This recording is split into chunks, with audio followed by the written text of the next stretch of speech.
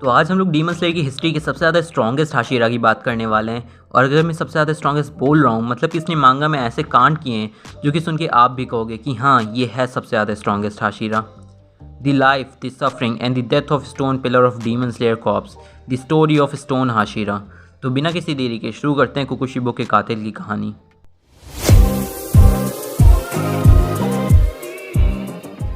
तो गियोमी हिमेजिमा जब पैदा होता है तभी उसकी माँ की मौत हो जाती है उसे जन्म देते हुए। और इतना तो कम नहीं होता तो उसके पापा भी किसी अननोन डिसीज़ की वजह से मारे जाते हैं।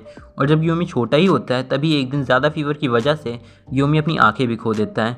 तो गियोमी अपनी बाकी की लाइफ एक टेम्पल में गुजारता है और उस टेम्पल में वो कुछ ऑर्फन बच्चों का ख्याल भी रखता है और वो बच्चे गियोमी के लिए एक फैमिली की तरह होते हैं। पर एक रात एक बच्चा टेम्पल के रूल तोड़ के बाहर चला जाता है और उसका सामना एक डीमन से होता है। पर खुद को बचाने के लिए वो उस डीमन को टेंपल की लोकेशन बता के उसे अंदर इनवाइट करता है और टेंपल के विस्टीरिया फ्लावर्स जो कि टेंपल और उसके अंदर के बच्चों की रक्षा करते हैं वो निकाल फेंकता है। पर गियोमी जब डीमन को अंदर आते हुए देखता है तो सारे बच्चों को कहता है कि मेरे पीछे आके छुप जाओ, मैं तुम्हें प्रोटेक्ट करूँगा। पर सबको लगता है कि एक अंधा हमें कैसे बचाएगा और ख़ुद को बचाने के लिए वो सारे बच्चे इधर उधर भागने लगते हैं और वो डीमन सारे बच्चों को मार देता है। पर एक बच्ची जिसका नाम सायो होता है वही अकेली होती है जो कि गियोमी की बात मान के उसके पीछे छुप जाती है। और जब डीमन उस बच्ची को मारने के लिए आगे बढ़ता है तो गियोमी उस डीमन पर पूरी रेज में अटैक करता है और तब तक उस डीमन को पंच करता है जब तक सनलाइट आके उस डीमन को ख़त्म नहीं कर देती। और तब गियोमी को उसकी असली स्ट्रेंथ का पता चलता है।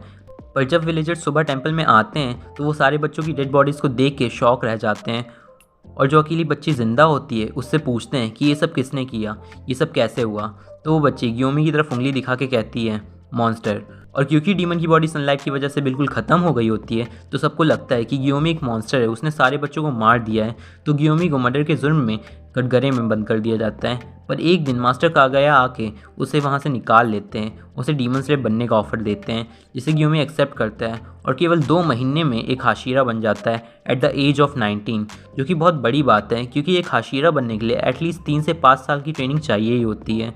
और बात करें गियोमी की ब्रूट स्ट्रेंथ की तो वो आती है उसकी अलग लेवल की ट्रेनिंग से जो कि हमें डीमन स्लेयर ट्रेनिंग आर्क में पता चलता है, जो कि कंक्लूड करती है बड़े बड़े बोल्डर्स को धक्का देना, घंटों तक झरने के चलते पानी में ध्यान लगाना और पेड़ों को अपने कंधों पर रख के स्कॉट्स पोजीशन में आग से घिरे रहना।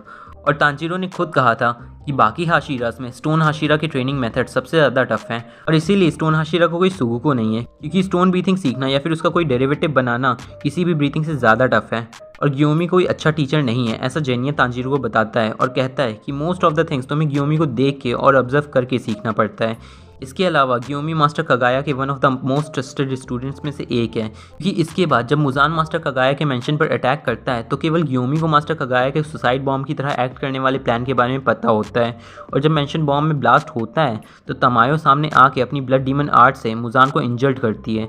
और जब वहाँ पे गियोमी आता है तो वो बोलता है कि मुजान की रिजनरेशन पावर्स किसी भी डीमन से ज़्यादा है और ऐसा उसे केवल मुजान के रिजनरेट होने के साउंड से पता चल जाता है जो कि गियोमी के एक्सट्रीम सेंसेस को दिखाता है। पर तभी मुजान उस जगह इन्फिनिटी कैसल को समन करता है जिसमें सब ट्रैप हो जाते हैं। जब गियोमी इन्फिनिटी कैसल के अंदर जाता है तो वो कहता है कि हर एक डीमन यहाँ पे एटलीस्ट लोअर मून की पावर्स को होल्ड करता है और मुजान हमें थका के हमारा टाइम खाना चाह रहा है। और तभी एक ब्लॉक इन्फिनिटी कैसल का म्यूचिरो दी मिस्ट हाशिरा जो कि गियोमी के साथ होता है उसको उड़ा के ले जाता है। वैसे तो म्यूचिरो कहता है कि Muzan is the main target, मेरी चिंता मत करो, पर फिर भी गियोमी डीमन स्लेयर कॉर्प्स की एक पिलर को बचाने के लिए उसके पीछे जाता है और तब उसका सामना होता है अपर मून 1 यानी कि कुकुशिबो से। और 2 दिन अटैक के बाद कुकुशिबो कहता है कि ऐसे ओपोनेंट से मैं 300 सालों के बाद मिल रहा हूँ जिसके अंदर इतनी ब्रूट स्ट्रेंथ भरी हो।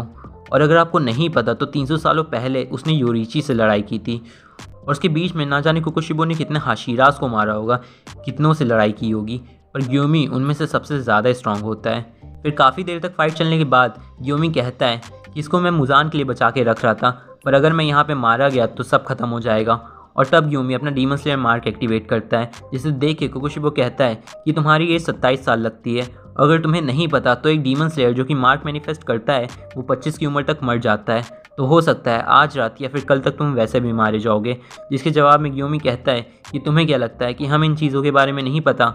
एक असली डीमन स्लेयर अपनी मौत से कभी नहीं डरता क्योंकि भले तुम्हारे पास मार्क हो या ना हो, पर एक डीमन स्लेयर बनने के बाद किसी भी स्लेयर को नहीं पता होता कि वो कल का सूरज देखेगा या नहीं। और गियोमी कुकुशिबो की तरफ अटैक करते हुए कहता है पर कोई तो होगा ऐसा जिसने इस मार्क को मैनिफेस्ट करने के बाद भी अपनी पूरी ज़िंदगी जी होगी और तुम्हारे एक्सप्रेशन से लग रहा है कि मैं सही हूँ। फिर कुकुशिबो और गियोमी की फाइट कंटिन्यू होती है, जिसके दौरान गियोमी ट्रांसपेरेंट वर्ल्ड में जाना सीख लेता है और अपने वेपन्स को ब्राइट रेड कर लेता है, जो कि देख के कुकुशिबो भी शॉक हो जाता है कि कोई भी स्लेयर इतना ज़्यादा अडेप्ट नहीं कर सकता अपनी सराउंडिंग्स को एक फ़ाइट के दौरान। और अपने वेपन्स को ब्राइट रेड करने के बाद गियोमी कुकुशिबो का सर उड़ा देता है, पर कुकुशिबो फिर से अपना सर रीजनरेट करता है, जिसे देख के गियोमी सनेमी को कहता है कि अटैक करते रहो, क्योंकि कुकुशिबो की रिजेनरेटिव पावर्स मुजान से स्लो है और हमने अभी उसका सर काटा है तो वो अभी बहुत कमज़ोर है। पर तभी जहाँ पे म्यूचिरो की रेड स्वॉर्ड ने कुकुशिबो को काटा होता है, वहाँ से कुकुशिबो डिसइंटीग्रेट होना शुरू हो जाता है और मारा जाता है। इसके बाद माकीमे, जो कि इन्फिनिटी कैसल को कंट्रोल कर रही होती है, उसकी डेथ की वजह से कैसल टूट जाता है और गियोमी का सामना होता है मुजान से, जिसके खिलाफ वो बहुत अच्छी फाइट करता है, पर मुजान को केवल सनलाइट ही मार सकती है। इसी वजह से गियोमी का ट्रांसपेरेंट वर्ल्ड में देखना उसके वेपन्स का ब्राइट रेड होना काफ़ी नहीं होता और मुजान एक पावरफुल अटैक से सारे हाशिरास को नॉकआउट कर देता है। पर तमायो के साथ वाला डीमन गियोमी को कुछ मेडिसिन्स देता है कि स्टोन हाशिरा दोबारा से होश में आए और मुजान को सूरज उगने तक रोके। और काफ़ी देर बाद जब गियोमी होश में आता है तो वो मुजान को एस्केप करने की कोशिश करते हुए देखता है, तो उसे रोकने के लिए गियोमी अपनी चेन्स का यूज़ करता है, पर वो चेन्स टूट जाती हैं, बट स्टिल मुजान सनलाइट की वजह से मारा जाता है। और जब गियोमी अपनी आखिरी सांसें लेता है इतनी ढेर सारी इंजरीज़ के बाद, तब वो आफ्टर लाइफ में उन्हीं टेंपल के बच्चों से मिलता है जो कि गियोमी से सॉरी बोलते हैं। और तब गियोमी हिमेजिमा द स्ट्रॉन्गेस्ट हाशिरा की डेथ होती है और डीमन स्लेयर कॉर्प्स का स्टोन पिलर गिर जाता है, पर अपने साथ वो डीमन किंग मुजान की बित्सूजी को लेके मरता है। और इसके बाद जब सारे डीमन स्लेयर कैरेक्टर्स का पुनर्जन्म होता है इस मॉडर्न टाइम में, तो हम गियोमी को एज अ बेबी सिटर देखते हैं, जहाँ पे वो सारे बच्चों का ख्याल रखता है, जो कि असलियत में गियोमी हिमेजिमा को पीस दिलाते हैं। और इसी के साथ ख़त्म होती है कहानी द स्ट्रॉन्गेस्ट हाशिरा की। और गियोमी हिमेजिमा के बारे में मैं आपको 3 अननोन फैक्ट्स बताता हूँ, जो कि कोई भी ओरिजिनल वीडियो नहीं बताएगी आपको पूरी यूट्यूब पे। पर उससे पहले अगर आपने वीडियो को लाइक नहीं किया है तो लाइक करो, क्योंकि उससे रीच मिलती है और लोगों को वीडियो सजेस्ट होती है। और हम लोग 1K सब्सक्राइबर्स के बहुत क्लोज हैं, तो चैनल को सब्सक्राइब ज़रूर कर देना। बाकी लाइक तो कर ही दो, मैं 3 तक गिन रहा हूँ, लाइक और सब्सक्राइब करो, तब आगे बढ़ते हैं 3 फैक्ट्स की तरफ। 1 2 3। हाँ, तो जो पहला फैक्ट है वह स्टोन हाशिरा के वेपन्स को लेके। तो स्टोन हाशिरा के अलावा बाकी सारे हाशिरा स्वॉर्ड से यूज़ करते हैं, भले शेप थोड़ा डिफरेंट हो स्वॉर्ड्स का, पर केवल एक स्टोन हाशिरा ही इतना कैपेबल है अपनी टफ ट्रेनिंग की वजह से कि वो इतने हैवी और डिफ़िकल्ट टू यूज़ वेपन्स को यूज़ कर सके। और गियोमी के वेपन्स इंक्लूड करते हैं एक स्पाइक फ्लेयर और एक एक्स, जो कि एक जंजीर से जुड़े रहते हैं। दूसरा फैक्ट है शिनोबू और गियोमी से रिलेटेड। तो जब शिनोबू कुछ और कनाए कुछ छोटी होती हैं तो उन्हें गियोमी ने बचाया होता है, तब से शिनोबू बहुत रिस्पेक्ट करती है गियोमी की, उसे अपने बड़े भाई की तरह मानती है। तीसरा फैक्ट है कि जो बच्चा जिसने डीमंस को अंदर आने दिया होता है उसका नाम काइगाकू होता है। और जिनको नहीं पता काइगाकू कौन है, तो काइगाकू एक थंडर ब्रीथिंग यूज़र है जो कि ज़ेन्सू का सीनियर होता है, बट लेटर उसका सामना कुकुशिबो से होता है और वो हार मान के एक डीमन बन जाता है और बहुत कम टाइम में अपर मून 6 बन जाता है, जिसको हमारा ज़ेन्सू अकेले मारता है। और आपको क्या लगता है, योरिशी ज़्यादा पावरफुल है या फिर गियोमी हिमेजिमा? और अगर योरिशी को नहीं जानते तो ये जो वीडियो पॉप हो रही है उसे चेकआउट करो, उसमें मैंने कुकुशिबो के छोटे भाई की कहानी बताई है। इसके अलावा एक और रिक्वेस्ट है आपसे कि वीडियो को लाइक कर दो अगर अभी तक नहीं किया है तो। बाकी this is hero chat signing off.